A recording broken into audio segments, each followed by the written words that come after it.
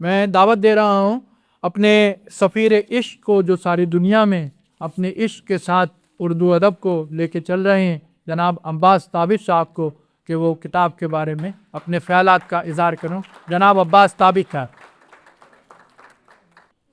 بہت شکریہ پروفیسر صاحب۔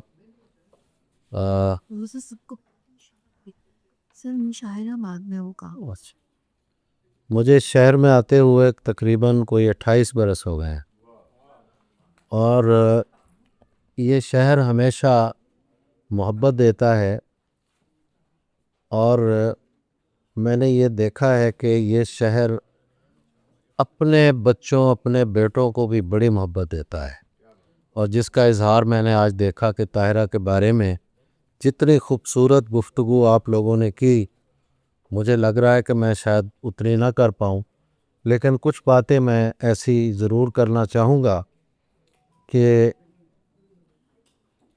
اس کتاب کا حق ادا ہو سکے۔ سب سے پہلی بات تو یہ ہے کہ مونا شہاب جیسی بڑی شاعرہ یہاں موجود ہیں، اور انہوں نے جس طرح کھلے دل سے طاہرہ رضا کا استقبال کیا ہے، میں اس پر طاہرہ رضا کو مبارکباد پیش کرتا ہوں۔ دیکھیے، عورت کے حوالے سے مردانہ گواہی اتنی اہم نہیں ہوتی جتنی عورت کسی عورت کی گواہی دے کہ یہ کتنی بڑی تخلیق کار ہے۔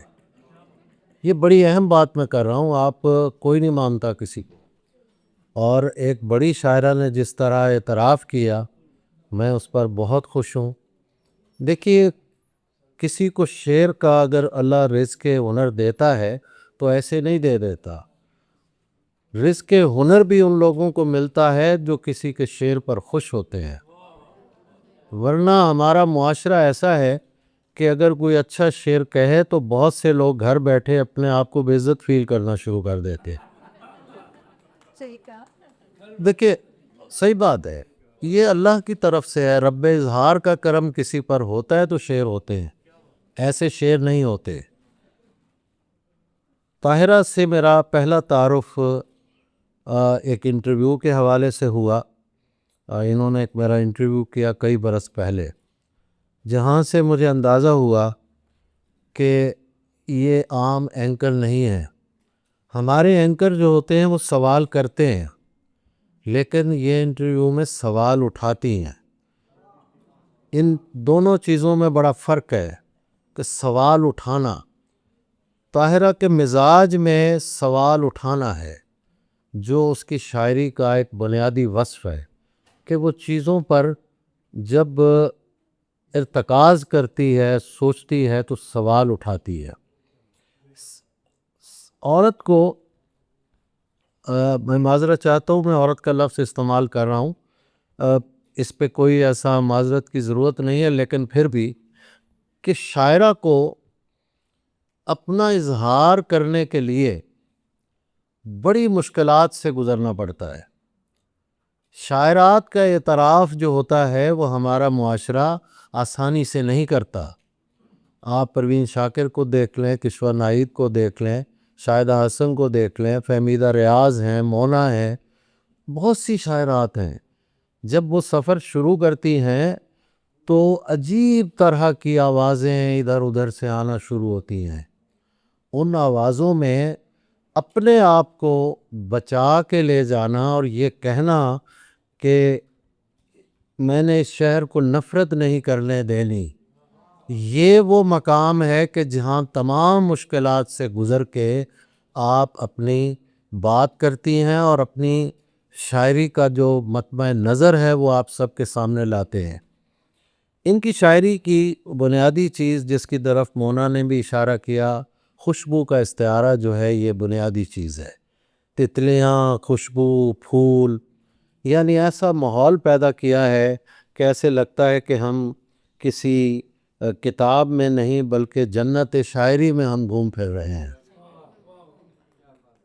تو دو چیزیں جس کی طرف اشارہ کیا گیا، میں دوبارہ وہ بات کرنا چاہوں گا، وہ ہے سب سے پہلے کردار کی خوشبو۔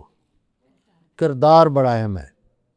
ہم لوگ کردار کو اگر بچا کے لے جائیں تو اس کے بعد ہی اظہار کی خوشبو پیدا ہوتی ہے. اگر کردار نہیں ہے تو اظہار کی خوشبو بھی کسی کام کی نہیں، خوشبو ہوتی ہی نہیں ہے. تیرے نام کے سارے شعر یہ ایک ایسا مجموعہ ہے، اور یہ اچھا ہوا کہ اسے چھاپنے کی ذمہ داری میں نے خود لے لی. اگر کوئی پبلشر چھاپتا تو وہ انکار کر دیتا.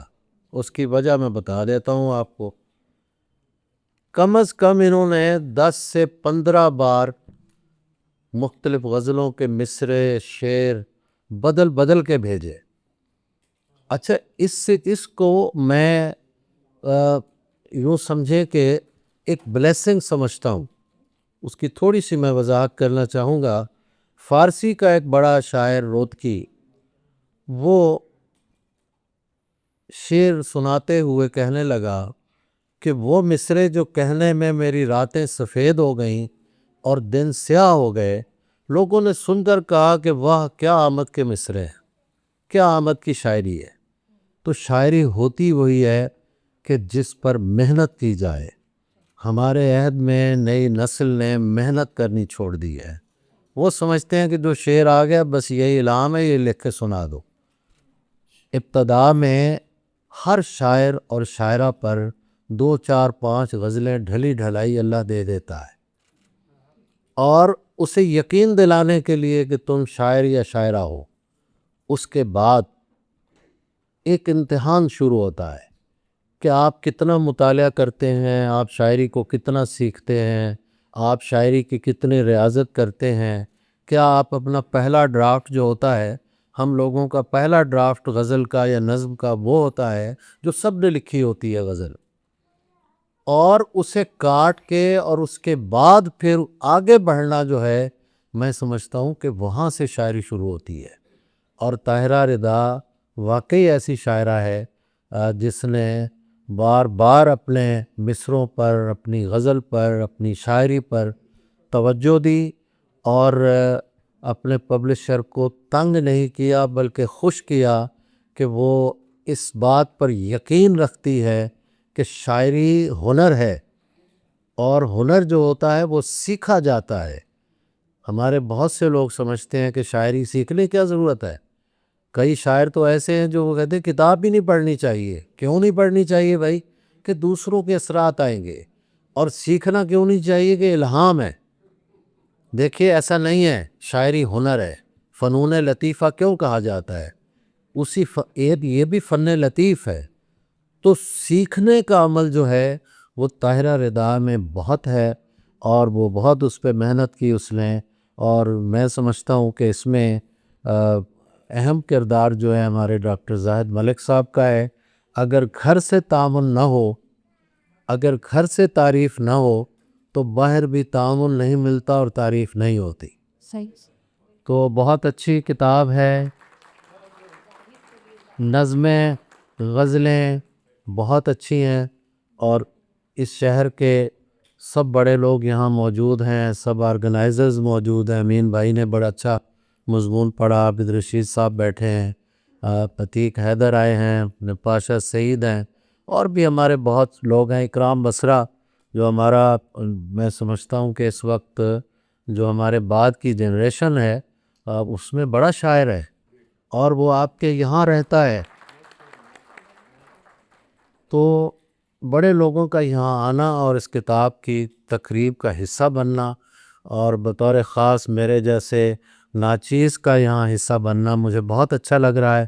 میں پروفیسر مسرور قریشی صاحب کا تہہ دل سے ممنون ہوں کہ آپ نے ایک شاعرہ کا صرف پروگرام نہیں کیا، ایک ایسا اعتراف کیا جو اسے آگے لکھنے پر مجبور کرے گا.